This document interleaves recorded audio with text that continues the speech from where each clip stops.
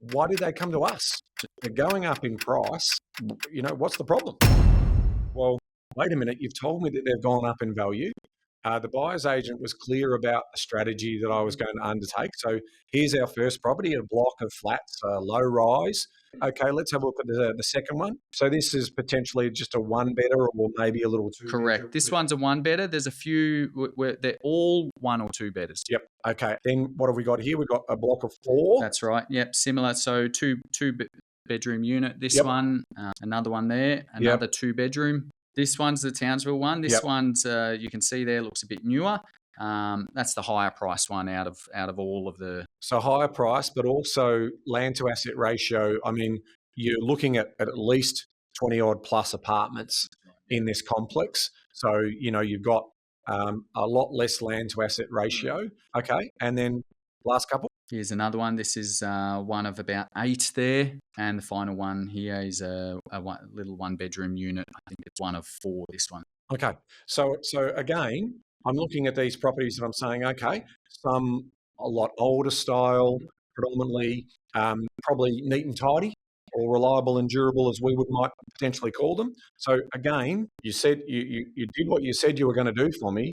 You're going to buy me these cheap properties in regional areas.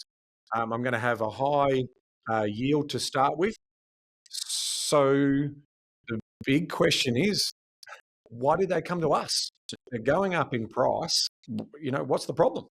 It took a little while for this to build up for them. So you've got 8 properties there. Even just managing 8 properties in itself is a lot of work. Yes.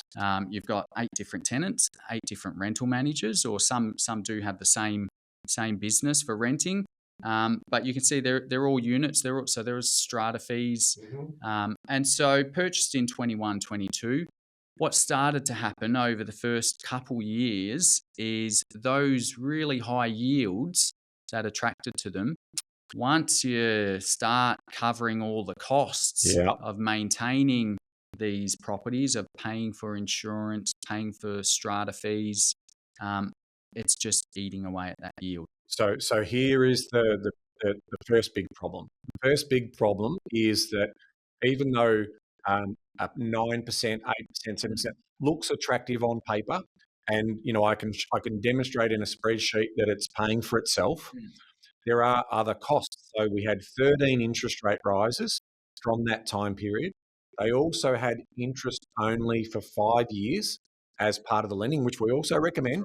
So now every investor would have experienced this, but the point we're making there is after that 5 year, we did some analysis, and what would happen after that 5 years if all of those loans rolled over to P&I, there's an additional $20,700 in principal cost to pay down those higher costs. So where's that money coming from?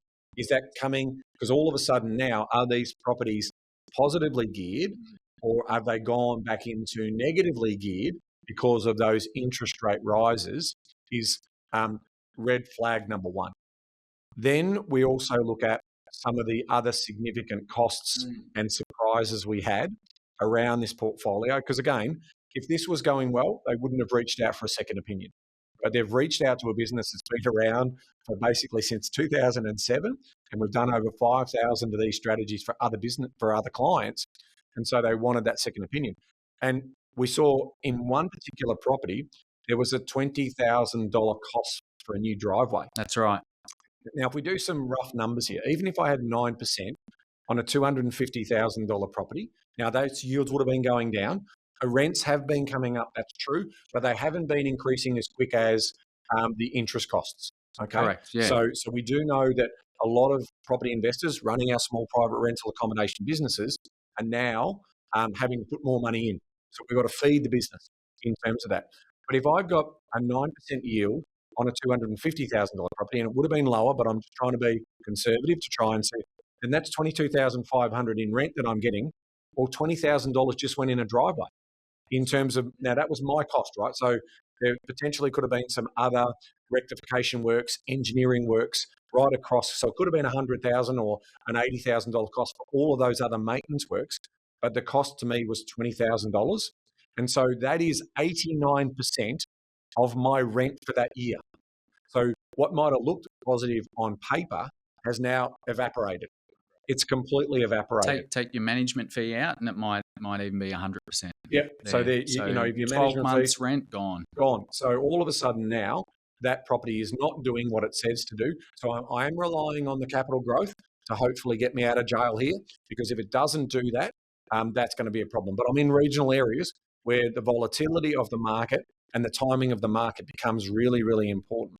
The other things that we also want to remind and teach our community about is this idea that if I replace a hot water system in a property, depending on what market you're in and the size of the hot water system, could be anything from $800 right up to $2,500, right? So, but the cost is the same irrespective if I'm putting it on, like, you know, if I've got a 2-bedroom house or apartment or whatever, I might have a cost of $800.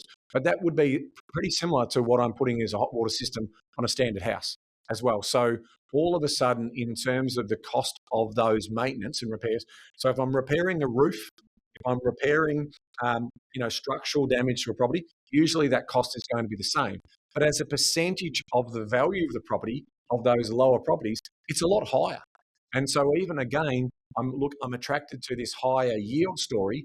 It's not producing the dollars to pay for the labor and the changeover of the repairs or the maintenance. So it's very quick that those properties that again look good on paper, that are giving us a positive cash flow, aren't actually giving us that positive cash flow at all. So if we have also bought in a bad regional area where there's been no growth, we could potentially be in a world of hurt, or we could have a massive period of opportunity cost, which is that lost period of time in terms of being able to do nothing because we've put all of our eggs into those particular baskets.